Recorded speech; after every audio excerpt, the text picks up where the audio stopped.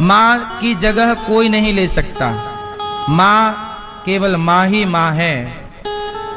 पिता कभी माँ नहीं हो सकता, लेकिन माँ पिता हो सकती है। सही है।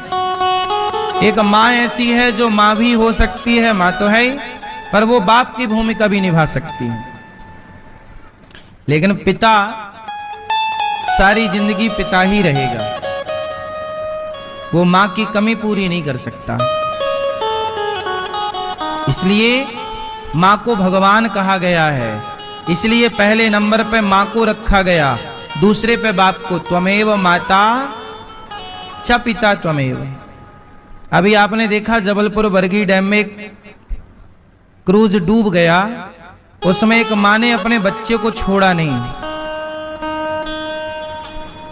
मां ने सुरक्षा जैकेट पहनी थी, मां चाहती तो बच जाती, बच्चे को छोड़ देती तो अपना बच जाती, पर उसने बच्चे को नहीं छोड़ा, क्योंकि बच्चे के वजन के कारण वो डूब गई। अच्छा, वो उस पानी में डूबते हुए में वो अपनी उतारे को उसे भी नहीं पहना सकती,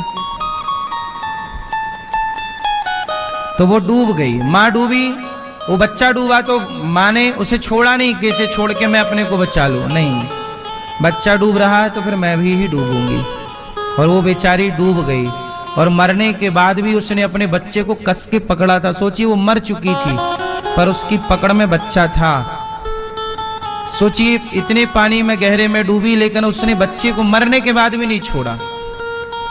जब लाश मिली तो दोनों की एक साथ मिली, वरना मरने के बाद तो व्यक्ति अचेत हो जाता है, कौन कहां है।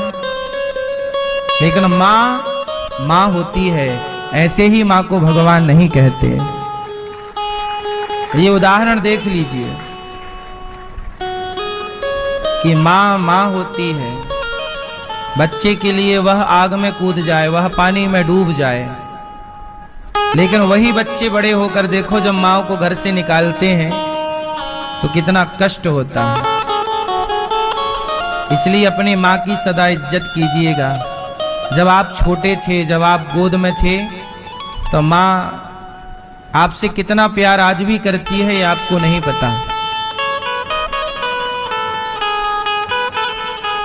मां पहली गुरु है बच्चे की, और गुरु का फर्ज है कि अपने बच्चे को, इसलिए मैं सरकार से निवेदन करता हूं। कुछ समय पहले वृंदावन में भी एक नाव का हादसा हुआ था, कुछ लोग यहां भी डूब गए थे यमुना जी में।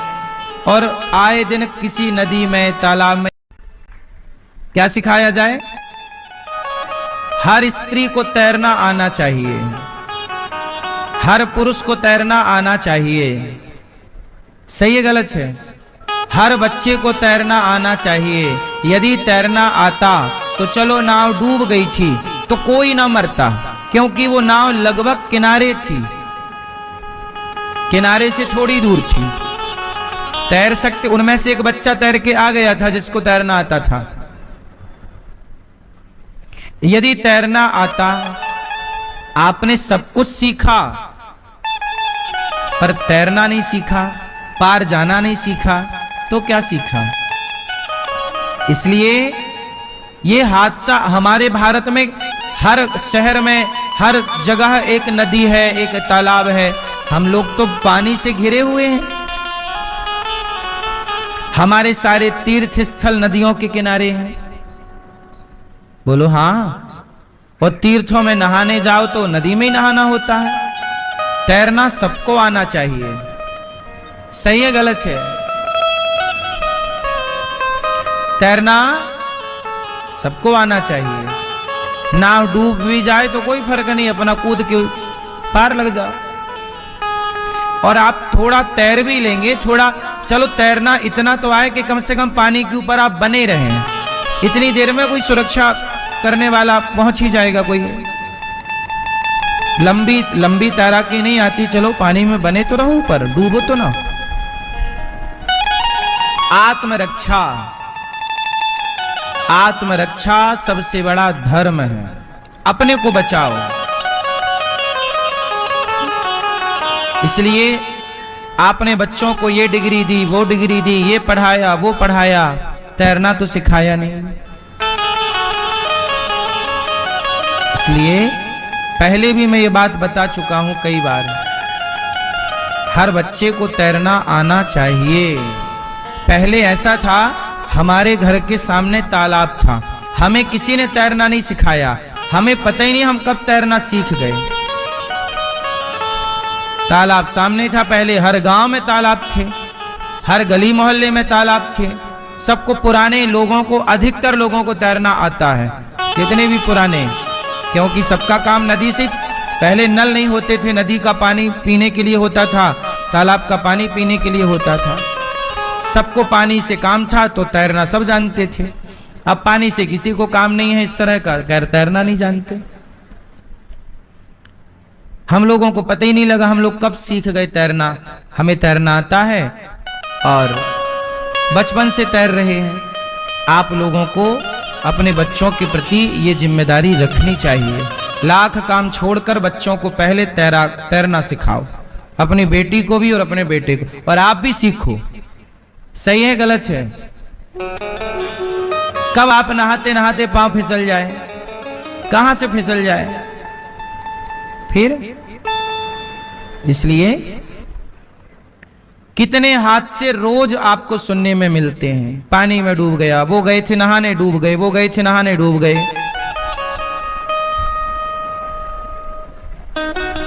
लापरवाही सबकी होती है, हम भी अपना कर्तव्य पूरा नहीं करते। नाव वाले ने भी सुरक्षा जैकेट सबको नहीं पहना रखी थी।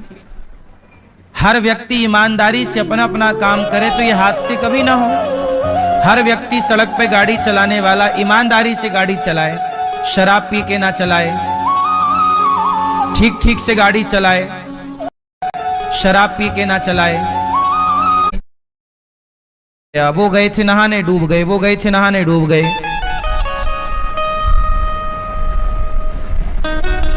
लापरवाही सबकी होती है, हम भी अपना कर्तव्य पूरा नहीं करते। नाव वाले ने भी सुरक्षा जैकेट सबको नहीं पहना रखी थी। हर व्यक्ति ईमानदारी से अपना अपना काम करे तो ये हादसे कभी ना हो। हर व्यक्ति सड़क पे गाड़ी चलाने वाला ईमानदारी से गाड़ी चलाए, शराब पी के ना चलाए, ठीक ठीक से गाड़ी चलाए, यहां वहां मुड़ने से पहले इंडिकेटर दे, प्रॉपर चलाए तो एक्सीडेंट कभी ना होगा। एक्सीडेंट कब होते हैं? जब कोई अचानक से कहीं से भी घुस जाता है। आए दिन आप देखते हैं कि गाड़ी भिड़ गई, एक्सीडेंट हो गया, लोग मर गए। क्यों? क्योंकि कोई कहीं से भी घुस रहा है। हम कहते हैं कि स्कूलों में आप इतना कुछ पढ़ाते हो, सड़क में गाड़ी कैसे चलाना है ये भी स्कूल में पढ़ा दो बच्चों को। नहीं चलाना सिखाना कि बेटा कहीं से भी नहीं घुसना, ये भी शिक्षा है या नहीं? अब जैसे आप फ्लाइट पर बैठते हैं, जरा समझिएगा उदाहरण से। जब आप फ्लाइट पर बैठते हैं तो फ्लाइट में वहां पर महिलाएं होती हैं, बहनें, वो बताती हैं कि इसमें 2 द्वार आगे की तरफ है, 2 द्वार पीछे की तरफ है ना। इमरजेंसी गेट खोलना हो तो ऐसे खुलता है, ये नीली पट्टी है, ऑक्सीजन निकलेगा, ऐसे ऑक्सीजन लगाना है, सीट बेल्ट ऐसे बांधना है। हम कहते हैं भाई ये सारी चीजें फ्लाइट में बैठने के बाद थोड़ी कोई सीख पाएगा 1 मिनट में। ये सारी चीजें आत्मरक्षा की हर स्थिति स्कूल में सिखा दो बच्चों को। 1 महीने का भी कोर्स नहीं है ये सब कुछ, 1 महीने का भी कोर्स नहीं है ये सब कुछ। महिलाएं होती हैं, बहनें, वो बताती हैं कि इसमें 2 द्वार आगे की तरफ है, 2 द्वार पीछे की तरफ है ना। इमरजेंसी गेट खोलना हो तो ऐसे खुलता है, ये नीली पट्टी है, ऑक्सीजन निकलेगा, ऐसे ऑक्सीजन लगाना है, सीट बेल्ट ऐसे बांधना है। हम कहते हैं भाई ये सारी चीजें फ्लाइट में बैठने के बाद थोड़ी कोई सीख पाएगा 1 मिनट में। ये सारी चीजें आत्मरक्षा की हर स्थिति स्कूल में सिखा दो बच्चों को। 1 महीने का भी कोर्स नहीं है ये सब कुछ। फ्लाइट में बैठने के बाद क्या सिखाएंगी वो मैम साहब? कैसे लगाओ, वैसे लगाओ। क्यों? सब पहले ही से ट्रेंड हो ना हम सब, कि पानी में यदि जहाज को उतरना पड़े तो क्या करना है। ये सब स्कूल में हम सबको नॉलेज होना चाहिए। शिक्षा क्या है? 2 और 2 4 पढ़ा देना, यही शिक्षा नहीं है। हर परिस्थिति में कैसे अपने को बचाए रखना। मैं एक बार बोल चुका हूं, जैसे हमारे केदारनाथ में एक बार हादसा हुआ था 2012 की 2012-13 में क्या हुआ, आपदा आई थी, वो नहीं आई, सुनामी आ गई, क्या आ गई, बादल फट गए, पानी पानी, कितने लोग बह गए, कितने लोग जंगलों में भाग गए, बच्चे माँ बाप, हफ्तों तक लोग जंगल में भटकते रहे। सुना कि नहीं, ये सब सुना होगा। अच्छा ये बताइए, उस समय यदि मैं होता या आप होते तो हम भी जंगल में भटक रहे होते। उस समय जंगल में कैसे जिया जाता है, जंगल में यदि आप फंस जाएं तो आप कैसे सरवाइव करेंगे, कैसे रहेंगे? क्या ये कला जीने की हम सबको नहीं सीखनी चाहिए? भाई मुसीबत बता के तो आएगी नहीं कि मैं आ रही हूं, कब कौन कहां मुसीबत पे पड़ जाए, किस मुसीबत पे पड़ जाए। अब जैसे युद्ध की स्थितियां हैं दुनिया भर में, तो देश लोग बताते हैं कि भाई जब कोई भी बम पटका जाए तो आपको छिपना कहां है, कैसे छिपना है। आपके कमरे में यदि बेड है, पलंग है, तो पलंग के नीचे छिप जाना है ताकि आप सुरक्षित रहें। सीढ़ियां हैं तो सीढ़ियों के किनारे, नीचे सीढ़ियों के नीचे छिप जाना। ये सब बताया जाता है। कब बताया जाता है? जब बम फेंके जाने लगे। हम कहते हैं हर चीज स्कूल में क्यों नहीं पढ़ाई जाए। भूकंप आए अचानक तो क्या करना चाहिए, अचानक भूकंप आ जाए तो क्या करना चाहिए, अचानक आग लग जाए, कई बार बिल्डिंगों में आग लग जाती है, आग लग गई तो फिर भागे। ये पहले हम सबको गाइड होना चाहिए। ये सब ये कोर्स है, ये भी शिक्षा का हिस्सा है या नहीं? बोलो।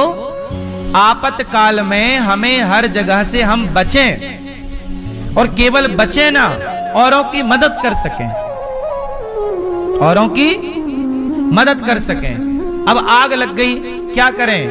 तुरंत अपने मुंह पे कपड़ा बांध करके उस तरफ भागो जिस तरफ, है ना, सुरक्षा की संभावनाएं हैं। मुंह पे कपड़ा लगा लेने से धुआं का सीधा प्रभाव नहीं पड़ता, घुटन से व्यक्ति थोड़ी देर के लिए बच जाता है, और थोड़ी देर में ही आप यदि भाग सकते हैं तो भाग जाइए।